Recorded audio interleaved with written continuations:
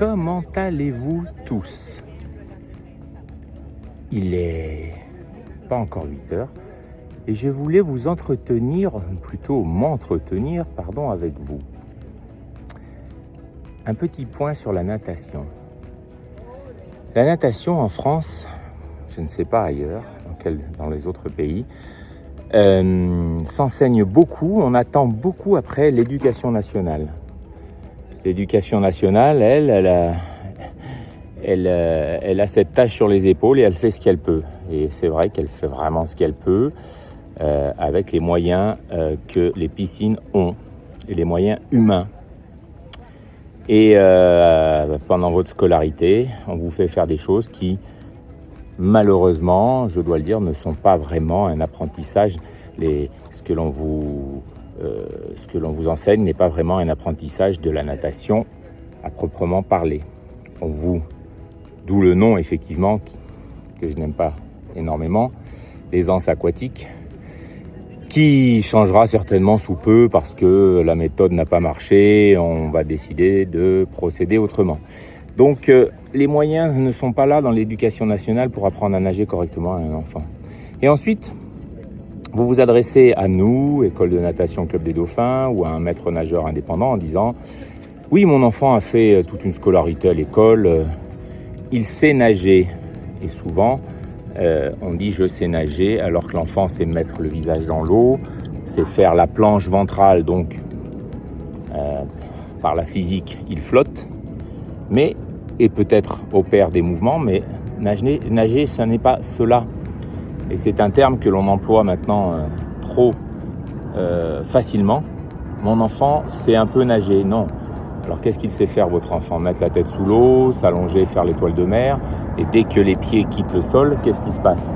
Non, l'enfant ne sait pas nager. Voilà, ça c'est un terme qu'il faut employer à bon escient, je veux dire. Quand on dit je sais skier, on sait descendre une petite piste, de quelle façon, on la décrit. Évidemment, c'est pas le même domaine.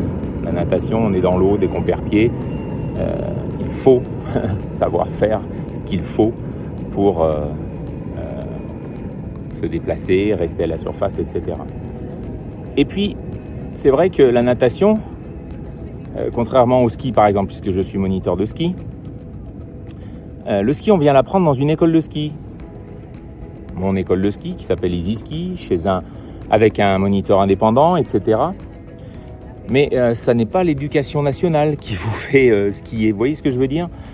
On n'apprend pas à skier pendant sa scolarité. Et là est le problème. C'est qu'en fait, on vous aide sans vous aider, en vous faisant croire que l'enfant va savoir nager. Non. Alors évidemment, on vous dit, on ne les prend pas avant 6 ans en cours en piscine. Bien évidemment, puisqu'ils ne savent pas faire, ils ne sont pas formés. Alors qu'au ski, on commence à 2 ans et demi.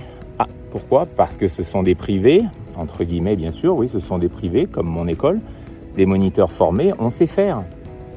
Voilà, et je déplore un peu que la natation, vous attendez trop de l'école. Faites nager vos enfants. L'été, c'est fait pour ça. Ça a un coût, je sais, mais sur 2 saisons, un enfant qui se présente chez moi au Club des Dauphins Cannes, qui a 4 ans, première semaine d'initiation, voire 2. Les mouvements coordonnés sont là avec brassard. Ne les enlevez pas, les brassards. Il faut les garder pour que l'enfant pratique. Ça n'est pas parce qu'on a la coordination qu'on sait nager. Non. Ensuite, saison suivante, 5 ans. L'enfant revient, on commence avec les brassards gentiment et fin de semaine, voire 10 jours, ça y est, l'enfant fait ses premières brasses coordonnées parfaitement, sans instrument, sans ceinture, sans brassard. Et quand je dis parfaitement, l'enfant a compris comment manier l'eau sous ses mains, sous ses pieds, entre ses jambes. Parce que tapoter des pieds, faire des bras de brasse, lever la tête pour inspirer, la remettre dans l'eau, ça n'est pas nager. Alors que chez nous, un enfant qui finit sa première éducation nage paisiblement, les oreilles au niveau de l'eau, la respiration est là, et on fait une quinzaine, vingtaine de mètres sereinement. Et ensuite, bien sûr, ne pas s'arrêter là, il faut aller vers le crawl. Là aussi, vous stoppez trop tôt, même chez nous. Ah ça y est, il sait nager, il a fait 25 mètres brasse. Alors il a fait 25 mètres brasse avec moi, avec mes enseignants, dans un cadre. Avec vous, il ne les fera pas parce qu'il n'est pas encadré de la même façon, il n'est pas dans les conditions du cours. Donc c'est pareil, on continue. Faites nager vos enfants correctement jusqu'au bout, jusqu'à l'âge de 10 ans. Mais je veux dire, n'attendez pas ça de la part de l'éducation nationale pendant la scolarité. Faites-les nager tous les étés. Enfin voilà, je sais que ça a un coût, mais c'était mon petit conseil.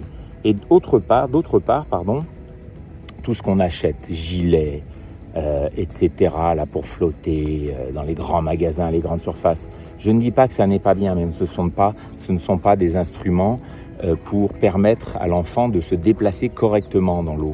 Il va simplement être en sécurité. Faites la différence, être en sécurité et avoir des brassards qui permettent vraiment des mouvements, bras, jambes, d'être équilibrés dans l'eau. Alors que souvent les gilets, vous verrez, font piquer l'enfant vers l'avant et les pieds remontent à la surface de façon exagérée. Et qu'est-ce qui se passe? L'enfant a envie de...